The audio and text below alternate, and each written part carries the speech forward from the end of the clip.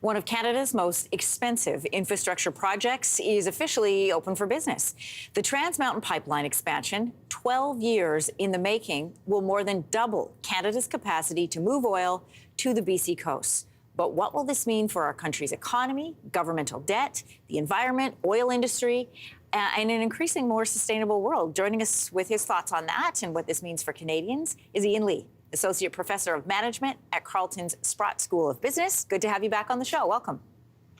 Good morning. Thank you, Anne-Marie. So with this expansion, Trans Mountain can now move 890,000 barrels of oil from Alberta to the West Coast every day. That's up from the 300,000 with the previous system. So how much of an impact, first of all, is this going to have on the oil and gas industry? I think it's going to be enormous, and I don't consult to this industry or of any financial investments. I'm speaking as a Canadian and an analyst of the energy industry. Our oil, Canada's oil, it is a public asset. It was locked in, landlocked in Alberta, and Alberta and the producers were receiving a very deeply discounted price. And so others were making up the profit, if you will, because they were reselling it at the world price once it finally got out to the world. So now that money is going to flow back into Canada. Royalties will flow to the federal government and to the Alberta government. And of course, governments use those revenues to fund all the things that we cherish, public health care, higher education, that sort of thing. So the governor of the Bank of Canada estimates a 0.25 increase to GDP. So I think from that point of view alone, it's very significant. Yeah, Ottawa purchased the Trans Mountain Pipeline for about $4.5 billion. It took $34 billion to construct it. And the government very interested in selling at least part of the pipeline. So how far could it go to making back its money by selling, or our money by selling? Sure. I'm optimistic because, you look at the numbers. I'm a numbers person. That's all I do is study numbers. They're going to make the company that owns the pipeline, whoever that will be, is going to earn between $7 and $10 a barrel. Even at very modest assumptions, the payback should be about 10 years. This is going to make it attractive.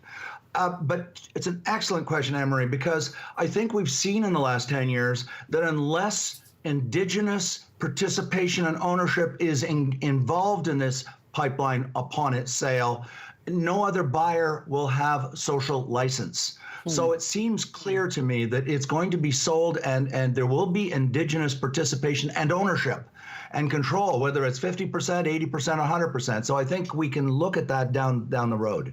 Let's talk about oil prices. How will this pipeline affect that? Well, oil is a world commodity price for sure. It's West Texas Intermediate, WTI, and Brent, which is the price from North Sea oil. They're very closely correlated. And we're still, there's so much oil in the world that's being produced. I don't think it's going to move the needle on the world oil price. I think the benefits are more to us. We got a brand new pipeline using the very latest technologies that's going to monitor any spills or leaks.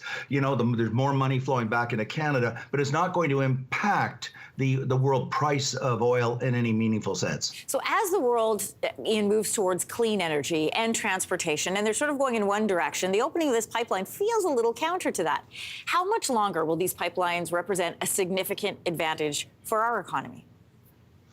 That's also hotly debated, as you can imagine. There's many forecasters, including the UN body called the IEA, the International Energy Agency, and of course, Natural Resources Canada and the U.S. Department of Energy. Each of the forecasts I use, look at and use in my classes, are forecasting that there's going to be a demand for oil and natural gas right through to the middle of the century. Yes, we're moving to renewables, of course, moving to nuclear and other renewable sources, but it's not going to be enough to fill the demand, which is increasing every year, partly because of population growth, partly because of economic growth. So I think that there is a role for oil and natural gas, albeit we want to make sure it's as clean as possible. And more importantly, Anne-Marie, remember, this oil is going to be going to Asia. And the number one emitter on planet Earth is China. China is using enormous amounts of coal, which is the dirtiest of all the fossil fuels. So if they can substitute and switch from coal to oil or natural gas and reduce their carbon footprint, this is going to be significant for global warming. In fact, environmentalists themselves acknowledge we will not be able to address global warming until we address the 5 largest emitters in the world, of which China is number 1. Professor Ian Lee, you're always one of my favorite people to speak to because of exactly this. You take the numbers, you make them make sense, and you put it all into context for us. Thanks so much for joining us today. Have a good weekend. Thank you very much, Anne-Marie, and a great weekend to you. Thank you.